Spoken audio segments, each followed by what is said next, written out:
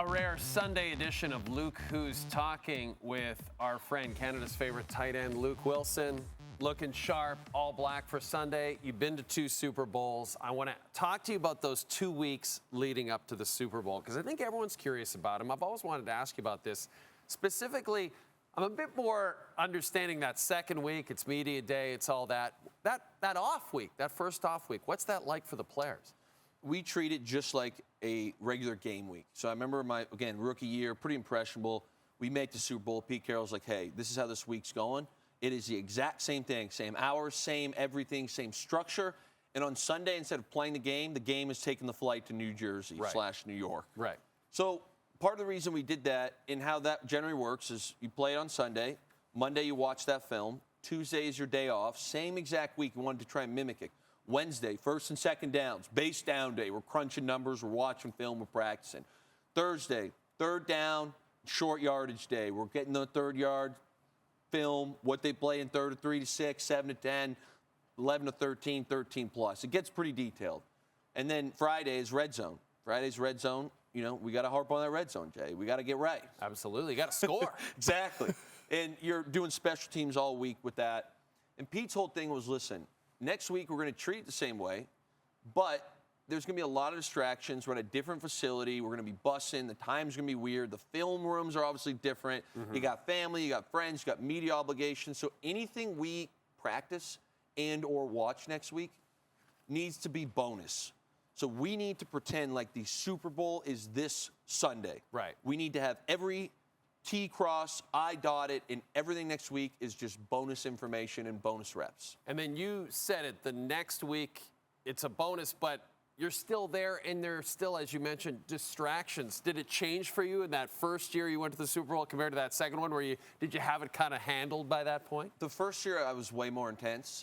And again, I was also a rookie. Right. So, you know, quick story. We're on the chairs. You can tell story time. Yeah. This is totally the place to tell stories. Yeah, and I'll leave some names out of this thing, but it's Monday. We get to New York, and Pete's like, hey, we got to New York on Sunday night. Monday, we're just going to have a little walk-through practice, a little quicker, you know, but pretty chill. Practice gets a little hot, pretty competitive, Legion of Boom. We're going at it. Friend of mine, wasn't me, I swear, was messing around. He was messing around a little bit, you know, joking around like kids. We had a veteran on the defense come over. I was standing right there. He said, if you don't stop messing around, I'm going to knock you out. Wow. He's like, listen, this year is probably going to be my only shot to win a Super Bowl. He's kind of guy on his way out. Right. I understand what's going on here, and if we lose this game because you aren't focused and paying attention and some detail you miss, I'm going to knock you out. And I remember being, I think I was a fresh 24 at the time, being like, and this guy was beside me like,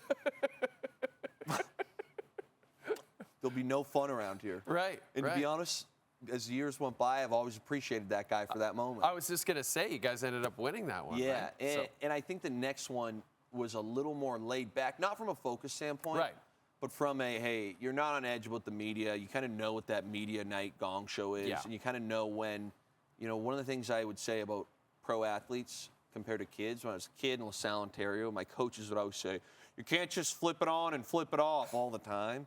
What a bunch of garbage. Pros flip it on and flip it off all the time. Hey, media comes, you turn the thing off, chill for a little bit, make your jokes.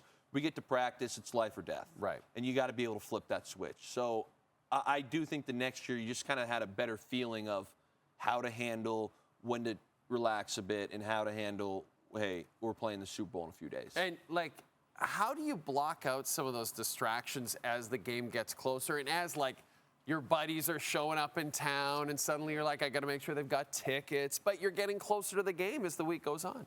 To me, it becomes player police and it's veterans.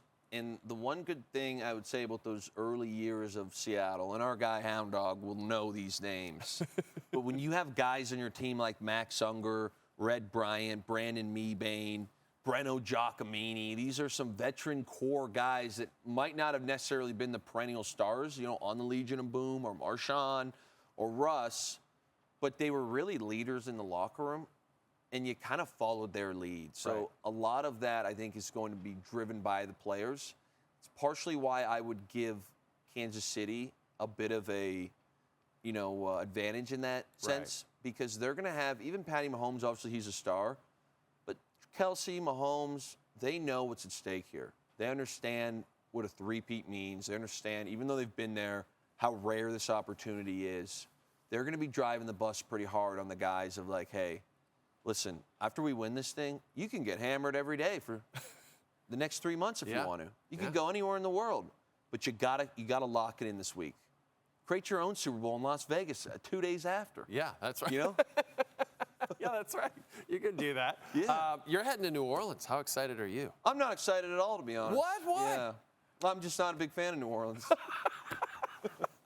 I'm just not. I'm not going to lie to you. I mean, you think of some of these past Super Bowls, L.A., Miami, Arizona. Yeah, and it's freezing in New Orleans right now, too. That's the worst part. Even worse. Yeah. Well, here's the good news. You're not done with us just yet. You're not heading to Louisiana just yet. Later on this edition of the show, Luke will test his trivia knowledge in the Nerds Gummy Clusters Great Is this the last one? I got to go 3 for 3. This one, is this the last one, Kyle?